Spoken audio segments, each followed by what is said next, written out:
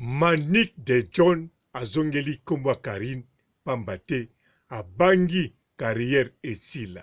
Kangaki yo na problème ni motif fini.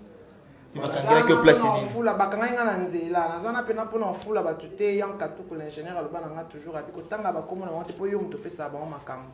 Mais ba comprendre siko ke nonga na pia makambo. Lisanga na bino nyoso sangani na ngo pepele. Mais komona njora liboso na ngana no esalinga bien po il faut que l'axe ba fan keno.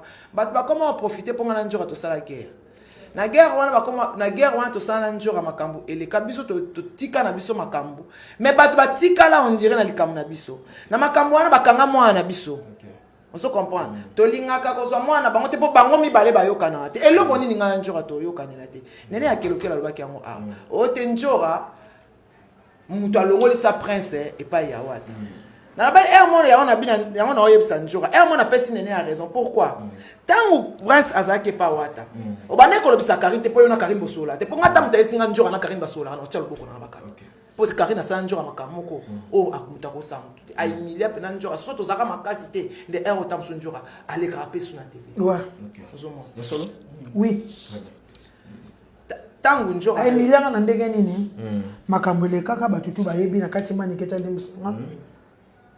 Afinga ngana mabe na kena ndaku na kanda.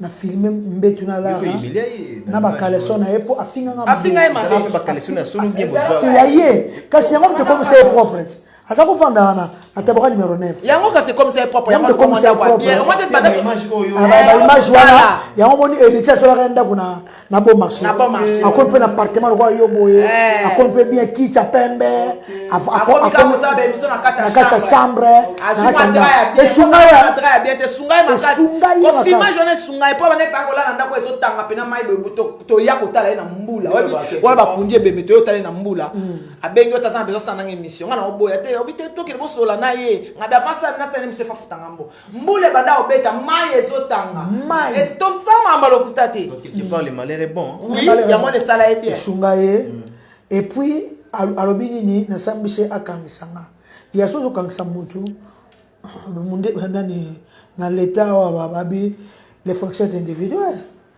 Mais est-ce que awazozongela kumba Karine ako se lancer to ako se lancer te mbote ba papa ba mama bandeko mbote ba rando na ba randonnette mbote batoyo balingaka rando na ba oyo balingaka rando te mbote ba jeune garçon na ba jeune fille mbote bana mike na ba bébé mbote ba Sainte Anuarite, Sainte Thérèse, Sainte Ingrid Kabongo. Bandeko, Manik de John, bandakala ayebaki deja ki carrière na ye ezali ya kosila, mais azalaki ko douter, atiaki confiance kaka na fimbu bakolengela ye azako konte na Fali na Babia. Ba histoire e bele ya nostalgie ezako pesa ye de espoir ezako pesa ye.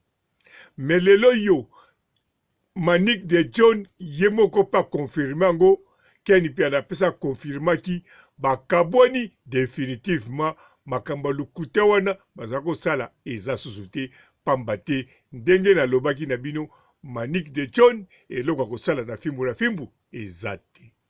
Yango wana epa ya Mike Lokamba pe bisika aye ko bwaka ngunda. Mike Lokamba yebi peke awa biso atoye ko bwaka ngunda meto zali na batu oyo bazali awa biso toko bénéficier. Yango wana Mike Lokamba atiki Manik de John to basololaki aluka eloko oyo réellement esimbaka ye pote akoka komonana to batu bakoka kochaeka. Yango wana bomoni Manik de John azongeli histoire ya Karine Mokonzi. Pambate présent ya sikoyo ayebi ndenge kobandela ngote ou bien azali sous-informé. Pambate Manik de John eloko babengi internet en tout cas akotaka ngo pambate nyonso azako yebelango kaka na fimbu ba info oyo bazako pesa ye. Alors pas ya Mike Lokamba, en tout cas Mike Lokamba ba info oya kopesa ye, en tout cas eza mingi te po ya ye ba makambo, sauf info ya Karine Mokonzi. Bien sûr Mike Lokamba ye moko asalaka sembla neti ayebi te tanga tunaka bango ba question, mais atalaka Karine Mokonzi chaque jour aza abonné au moins na 7 comptes na kati ya Facebook ya Karine Mokonzi pe na YouTube. Yango na Manick de John amonaki ke apui na ye eza kaka Kisinjora. Yango bomoni basali émission bango na Kisinjora. Pe ye Mike Lokamba, en tout cas Manick de John ndenga ye pa na ye na oyo baye kobakisa masusu na Kisinjora komi ko pesa Manick de John coup de main. Pa ya Mike Lokamba ezali mwa esengo moke pamba te aza koluka pe mwana mwasi to mutu moko akokaka makambo aya kobakisama oyo deja aza na gaz na ye. Alors Manick de John yango wana aye lisusu. Nzoka tango nyonso na koloba na ye ebongi aya kaka pona koloba makambo ya Karine na ndenge ya malamu.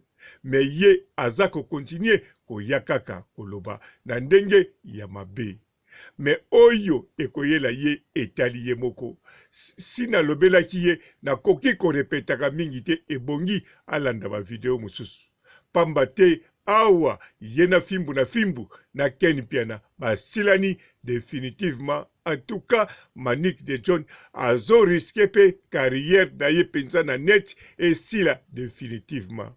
Parce que 2020 nyonso soki tolandi malamu Manick de John azalaki déjà na semi-retraite. Oya Chetembe banda janvier ti février okomona Manick de John asali eloko moko ya makasi te, asali rien du tout, succès pe ezate na kanisa bakodi pe ezate. Alors Manick de John azalaki déjà na semi-retraite. Mais sikoyo Ken Piana akotisi ye penza kokotisa na ndenge moko ya somo na retraite ya somo. Ye moko pe Ken Piana kuna to yebite soko kokene ndenge nini. Mais ye azana nun équipe vraiment ya makasi, équipe moko solide eza penza masekite po Ken Piana asila na mokona lelo. Mais Manick de John ya ye vraiment en tout cas eza kokende to se komi na fin vraiment soki alingi atanga komba Karine Mokonzi en tout cas ebongi atanga ngo kaka na ndenge ya bien. Bien sûr a bénéficier ya trop na ndenge ya mabe, mais sikoyo na ndenge ya mabe na ndimite ako bénéficier lobaba misusu nde bako bénéficier na ndenge ya mabe na kombo ya Karine Mokonzi. Soki pa lobi akede sangana na bamura na bamalika mania ekosimba lisusu te posa lobelaki bango mabe. Alors malike manike awawa oya biso Manick de John en tout cas eloko etikali kaka aluka abala babengisa ye na Bakongo akota na ndako ya libala ekozala mwa bien. Yango mibali ya Bakongo soki bazali na net to mibali ya ba province mususu surtout na ba province teme na ba village en tout cas oya kozwa mwasi lokola Manike akozwa mwasi moko oyo akosalela ebilanga kitoko. Yango na mibali o baza na ba village na ba province nyonso bo bwaka kaka misu na Manike soko koti na internet mwasi ye wana pona kobala pe akosalela yo bilanga kitoko, surtout zala veuve otikala na bana ata 10. Na sukisi awa botika la malamu et ciao. Bonjour fidèles internautes de www.elengiakomba TV. Bonjour, bonsoir, balandi nyonso ya Elengi ya Komba. Congolaise TV. Belé, partout dans le monde, partout où vous êtes, partout où vous êtes, Elengi ya Komba TV, vraiment. Bonjour, bonsoir, na abonné, fan nyonso ya Elengi ya Komba Congolais TV. Bonjour à mon boss, on a appelé ça vraiment un pandi. Bonjour à mon boss, JP Kiama. Je salue mon boss Balobi, boss des boss Babi, JP Kiama. Bonjour, na Elengi ya Komba Congolais TV, vraiment. Maman Lazana, chaîne de chaque topo, il y a pas de JP Kiama, et boss des boss, il y a un danger. Donc, on va s'entendre dans la zaki. Ya boss na biso JP Kiama nzambe na ngai ba boss bazali ba boss bazali Eh, JP Kiama, le boss des boss. Napesi d'abord bonjour te ba mbote belé na mo boss JP Kiama wana na kozangisa ote donc na ko lekate sana napesa mo boss JP Kiama boss des boss. Mbote belé partout dans le monde, partout où vous êtes, partout où Zolanda Elengi ya Combat TV vraiment. Bonjour, bonsoir na ba abonné ba fan nyonso ya Elengi ya Combat Congolais TV. Bonjour à mon boss, on a appelé ça vraiment un pandi. Bonjour à mon boss JP Kiama. Je salue mon boss Balobi, boss des boss, Babi JP Kiama. Bonjour, na bakalanga Elengi ya Combat Congolais TV vraiment. Maman la zana chaîne ça qui toko ya boss na JP Kiama ta ay boss de boss ya ni ya danger. Donc ba ça tolo la zaki. Bu, ya boss na biso JP Kiama. Eh, nzambe na ngai. Ba boss bazali Ba boss bazali. Eh, JP Kiama, le boss des boss. Napesi d'abord bonjour te ba mbote belé na mo boss JP Kiama wana na kozangisa ote donc na ko lekate sana napesa mo boss JP Kiama boss des boss.